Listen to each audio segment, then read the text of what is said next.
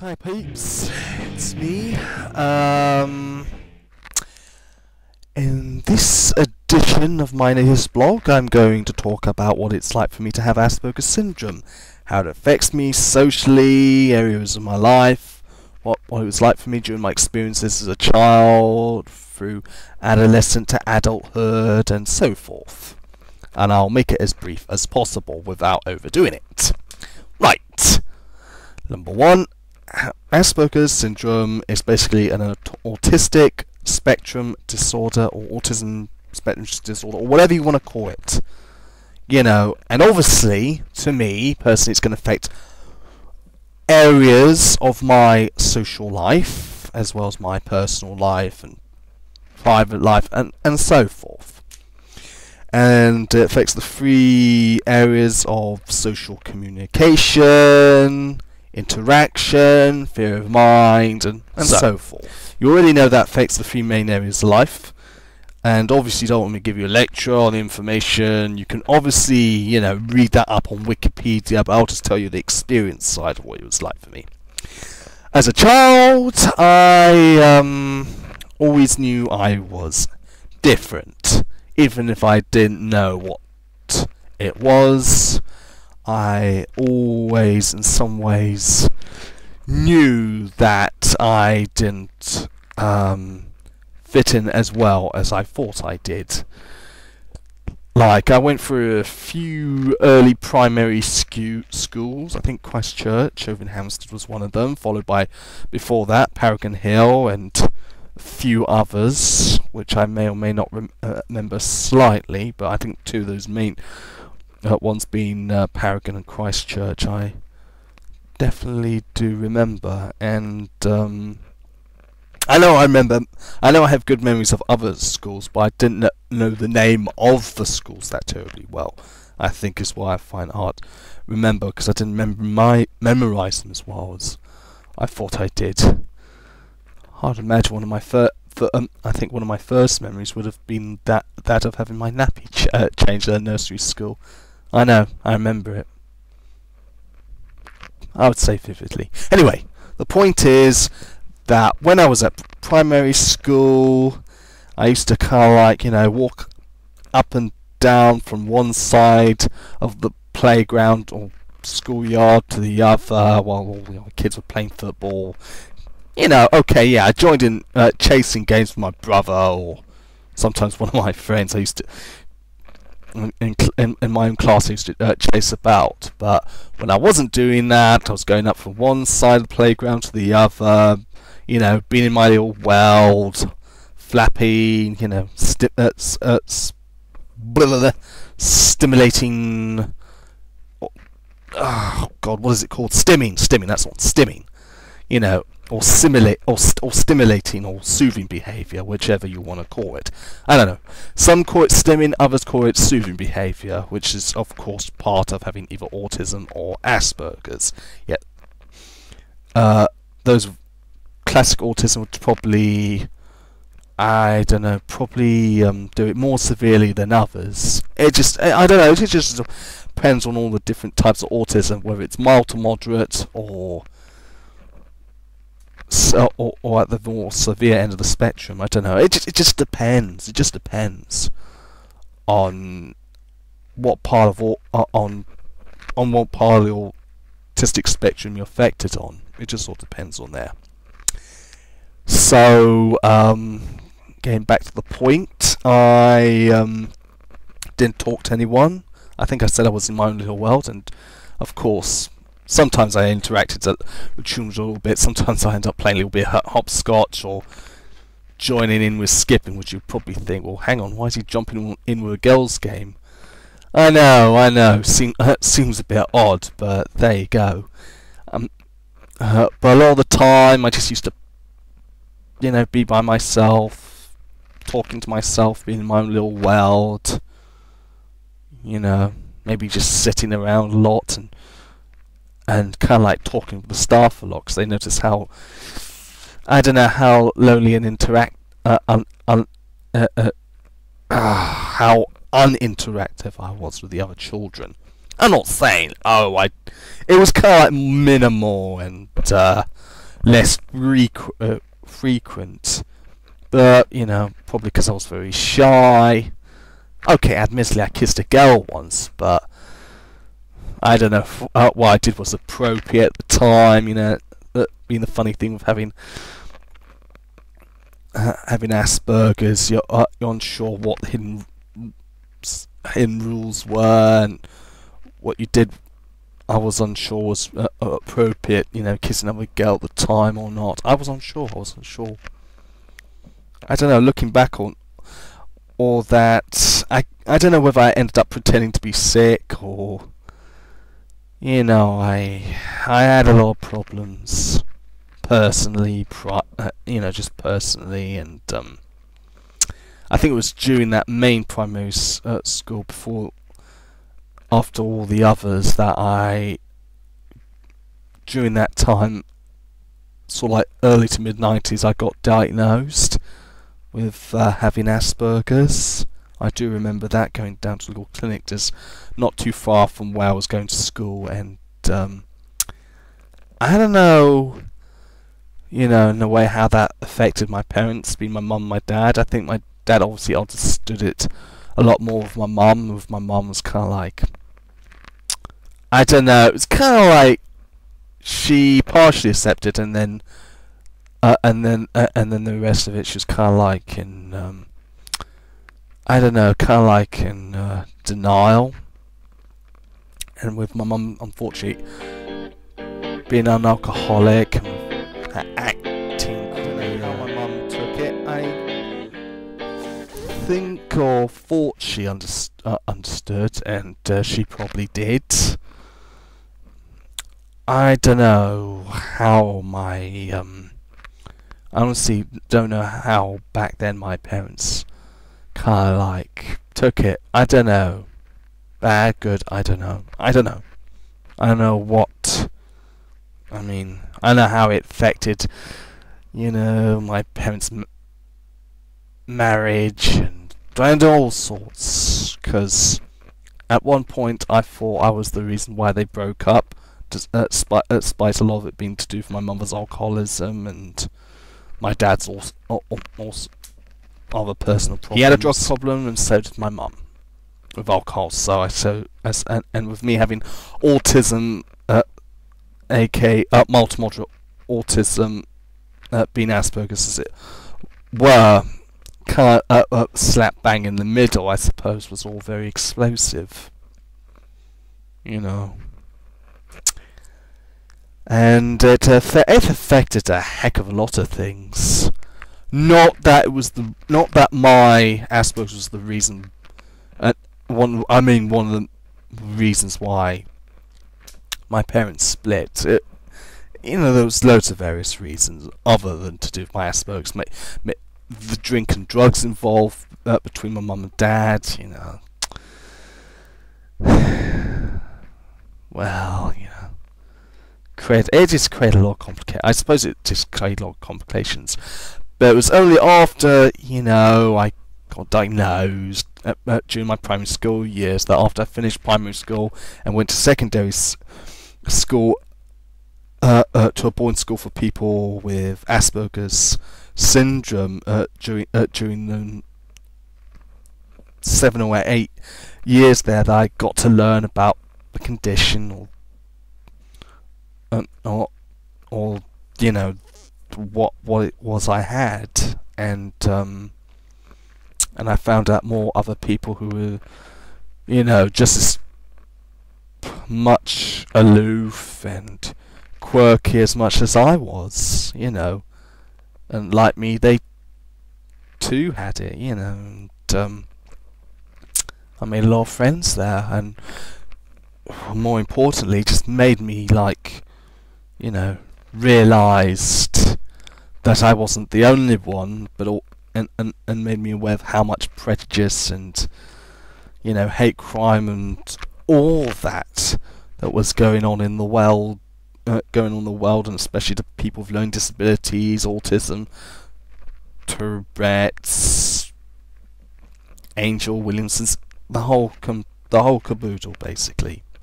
Loads. I won't delve into. I'll keep on to the main story. you know, and during I remember the 90s vividly, and it was kind of like very. It was kind of like a bad period, change of governments, the Britpop, the grunge, the social, economic, political, musical, economic scene at the time was maybe in some ways great, yet not so great, and probably not as Aspie friendly, which is basically a short nickname for having Asperger's, and that's where we get and some people use it as an endearment and are proud to be known as Aspies, which of course makes me one as well, so you know. Unfortunately, others probably seen it as being very derogative and offensive, so therefore no pun or offence intended, as before. This is my own type of sort of like awareness, acceptance, advocacy video, and educationally, with me being an assistant trainer at Brent Mencap in northwest London, you know, well, you know, I have to at that organisation work and do seminars to make other service use, as well as other organisations learn how to approach people with learning disabilities a lot better. Going back to primary, before I went to my secondary boarding school, I struggled a lot with maths, and yes, there may be a chance I suffered from dyscalculia, because I wasn't that great with numbers. But that doesn't mean I was stupid, idiotic, or... okay, maybe gullible, but not. And I mean not. Like, you know... stupid, or like that, or anything at all, you know. Because obviously, you know, I was very articulated, I was very intelligent, and obviously, with having Asperger's allowed me to even become a more better musician than thought possible. But with or without, I don't think it's going to make a big difference. Probably make me have obsessional interests, like with my music and my films, art, photography, in those areas. Oh my god, I don't know. Big obsession back then when I was a child was television. I'm gonna stop watching television every Saturday. I would get up early and be like watching cartoon problems from like 6 or 7 in the morning, probably up to about 10, maybe 1 or 2 o'clock. Literally. During the weekends. And sometimes weekdays, literally. That happened a lot during the 90s and early noughties. Yeah. I really honestly, truthfully don't know. But there's one thing I do know, there wasn't a lot of awareness or acceptance during that time.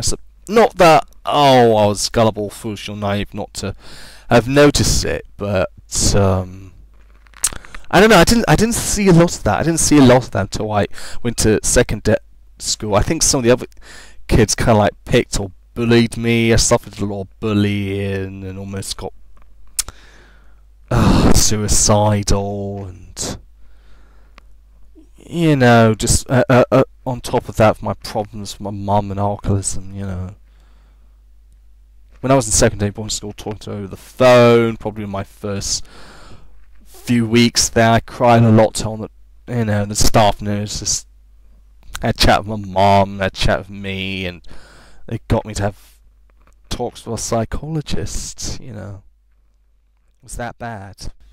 You know, people like me,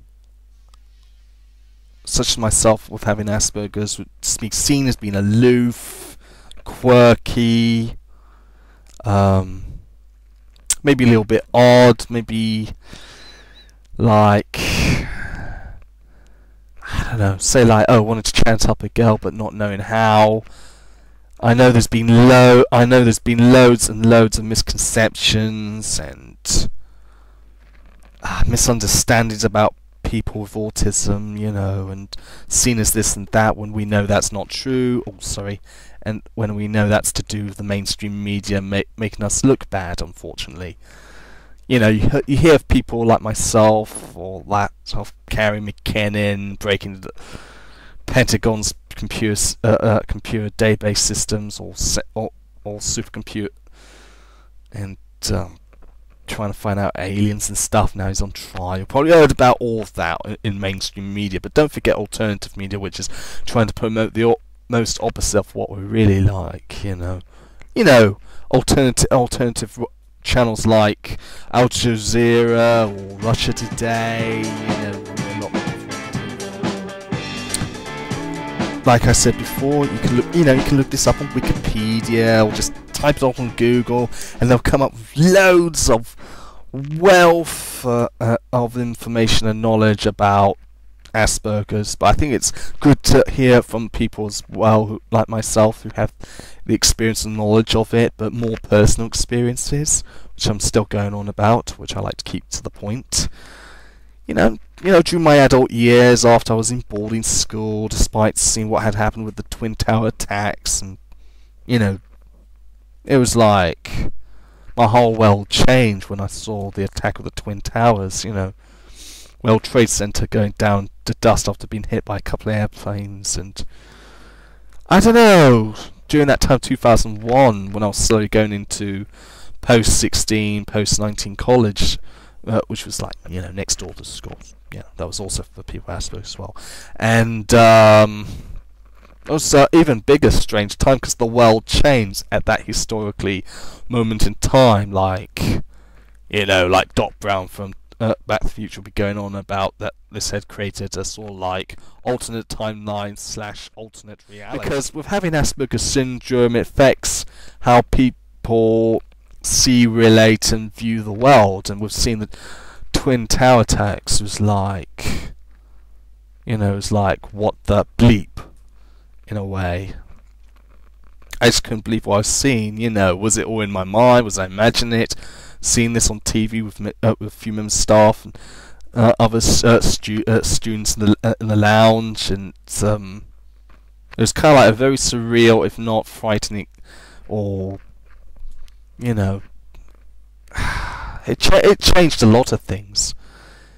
Especially for that character Oscar Schnell in extremely was it Very Loud and Extremely Close? I think that was the movie with Stephen Baldry who directed it. About a kid who had Asperger's, but not just that. Made me realise kind of like how complex, how very complex the world was. Especially for a kid like me growing up with an autism spectrum condition. I don't know if using the word disorder is a very nice thing to say. I won't use it, but I'll say condition though, which is all right. I hope. I don't know. Word fashion, word trends. Change all the time, and times change, and nothing ever remains the same though. So I've been a little bit slow. I'm just a little bit whacked out. Unfortunately, I admit I haven't taken my medications. I ran out, but I promise, peeps, I will get some more tomorrow. I'm on the old 50ml searching for my anxiety and depression disorder, which is, of course, coupled with my Asperger's and all that. Long story, complicated. Let's not veer off the point. Yeah, and I don't know, I'll just keep it brief with that and just say it was a very strange time.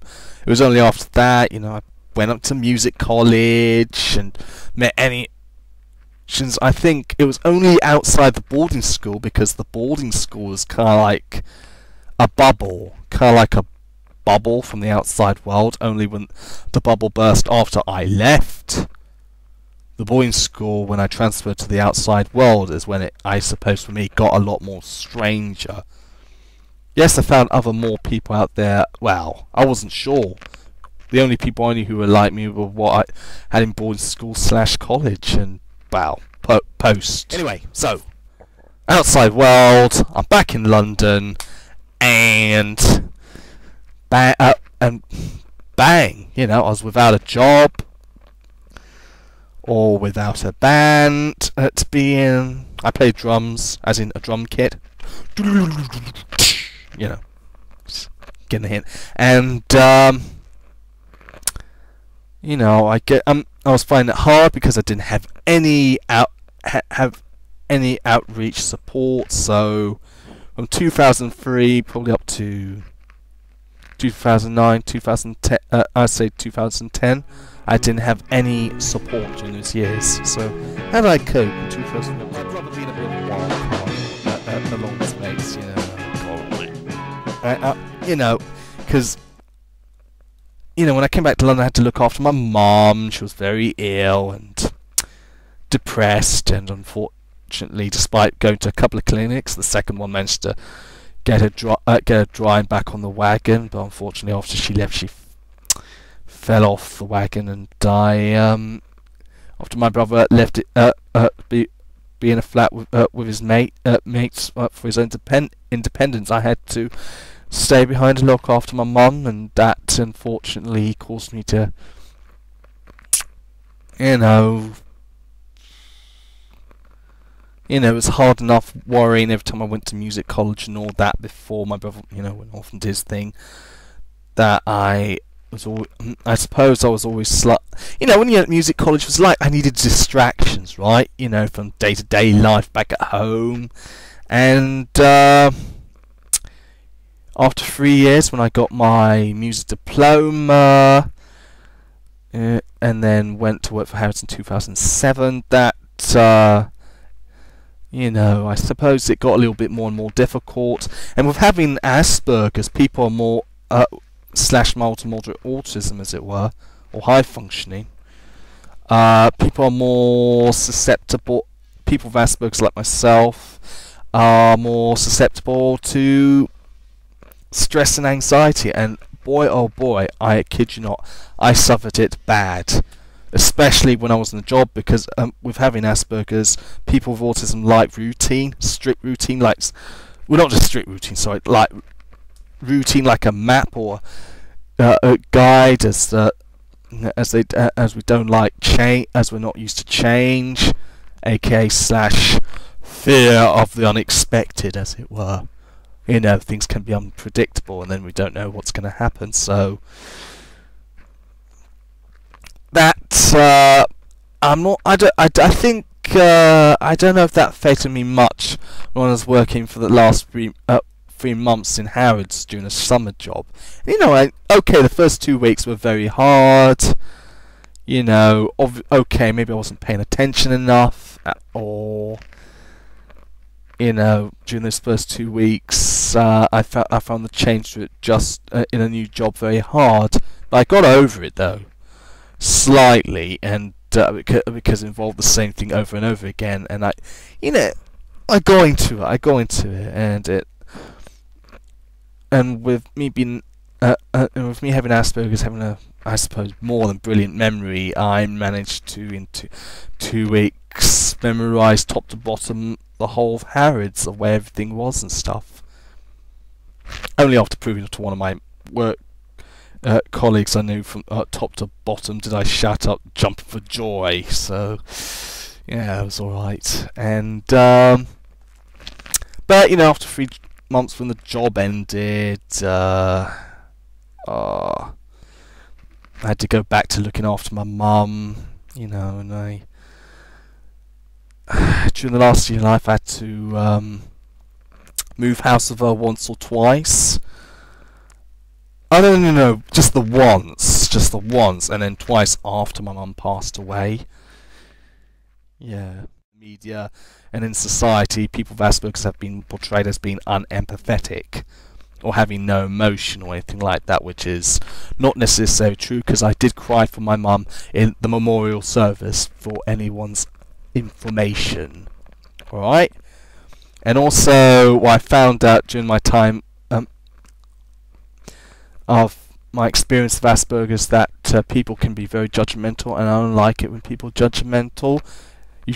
AKA, you should not judge a book by its cover until you get to know the person a lot more. That's why I want to share my experiences with people, so I can not only just raise awareness, well obviously there's enough awareness out there, but also acceptance of people with Asperger's. and that, you know, we're loyal, loving, kind, and we'll stick to people thick and thin, you know, kind of like in a routine type of way. But more important, we are very loyal, seriously. We don't cheat. I don't cheat. I'll stick with that person thick and thin until they decide to call it a day, you know what I mean? Fair game. And it was only by 2010 that my aunt got in touch with Brent Outreach / support for living. Sorry, I don't breathe enough. And you know, she got in contact with these people. They came to see me along with my brother. My brother took me over to them because, you know, I had a bit of a tough time over my brothers. Some of his mates were maybe less than good mannered, as it were. Won't go into too much details. But the main thing was that after I got in contact, and then we had a talk with them, that they liked me very much and got me a flat at one of the houses they owned, and I've been living in you know, shared accommodation with other fellow tenants with learning disabilities ever since, and it's been fun. You know, my brother being working as a removals guy, helped transfer all my stuff here, and it's been great. And you know, 2012 now, and enjoying the Paralympics and Olympic Games, you know. And for a person like me, having Asperger's and experiencing the games, okay, yes, I didn't go to the stadium, but watching it, my God, you know. And especially with the Paralympic Games, I hope will change people's idea, minds, view, opinion, and life about what they think, and their thinking of about people either learning or physical or any other kind of disability around the world, you know, of all races, creed, colours, and so forth, you know, and show that we are not what we, you know, we're not what they think we are, because it's not true. We, I suppose, could be seen as superhuman. Well, that doesn't mean, oh, I'm going to go powers and go like, oh, you know, go flying up into the sky or anything like that. More like, whatever the word is, extraordinary. Yeah, that's the one. We're kind of like extraordinary people living extraordinary lives. I think I'd like to think and say so. I used to think I was ordinary, but now I think I'm extraordinary. And I think that would be, in some ways, sounds like a good time to end the video there. And thank you all for watching and join me talking about my experiences, about what it's like to have day to day with Asperger's, and not just for me but for also everyone else. And well, hope you can tune in to my next edition. It'll be the usual blog, and I hope I've done enough to promote awareness and